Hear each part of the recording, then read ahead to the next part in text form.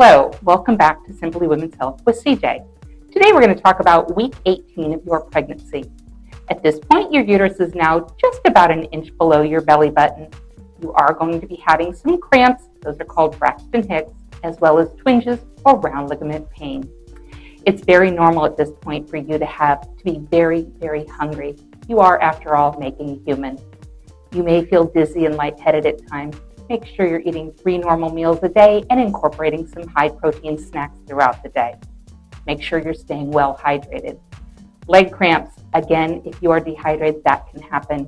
You may notice some swelling in your hands and feet. You may have headaches. That's because of that extra estrogen. Good news, those headaches typically will go away in the second half of pregnancy.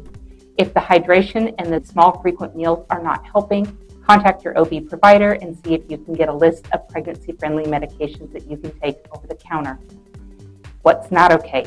Bright red bleeding that's enough to saturate a pad, cramping that won't go away, severe pain of any kind that is persistent.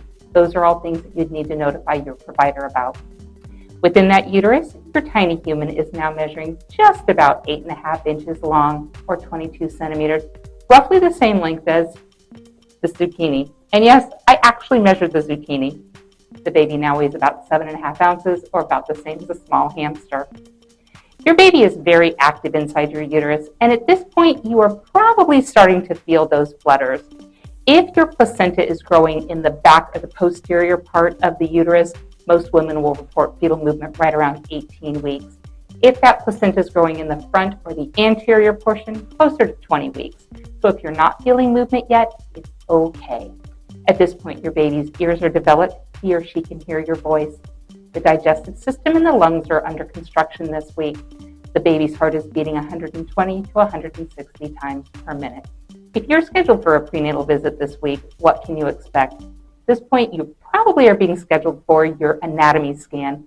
That's an ultrasound that takes anywhere from 30 to 60 minutes. They look the baby over head to toe. They're going to look at the placenta and they're going to look at the cord, make sure everything is okay. If you haven't already had an alpha fetal protein drawn, they may offer that test. That is a time-sensitive test.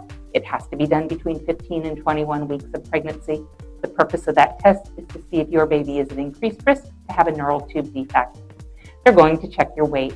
If you haven't gained any weight, it is absolutely fine. In the first half of pregnancy, normal weight gain is anywhere from 0 to 5 pounds. So what should you be doing at this point? I encourage you to stick to a good, healthy diet. Make sure you're drinking lots and lots of water. If you are thirsty, you are dehydrated. Make sure you're taking a prenatal vitamin. Exercise, swim, walk, do yoga. Now's a really good time to start working on those relaxation techniques. Remember, you're not sick, you're pregnant. Live your life. What questions do you have for me? I would love to hear from you. Put them in the comments section below. And while you're down there, you know I'd love it if you'd hit that like button. If you're still here, thanks so much for sticking around through the entire video.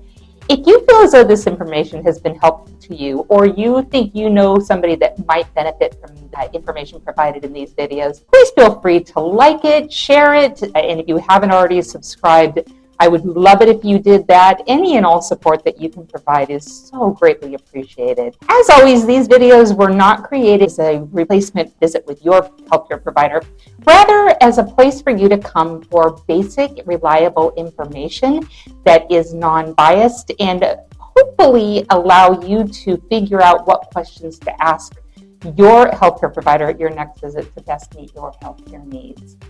Again, I appreciate all of your support. If you want to contact me, my information is at the top of this screen, and I will put it in the comment section of this video. That's all I have for today. This is CeeJay. I'm at your cervix.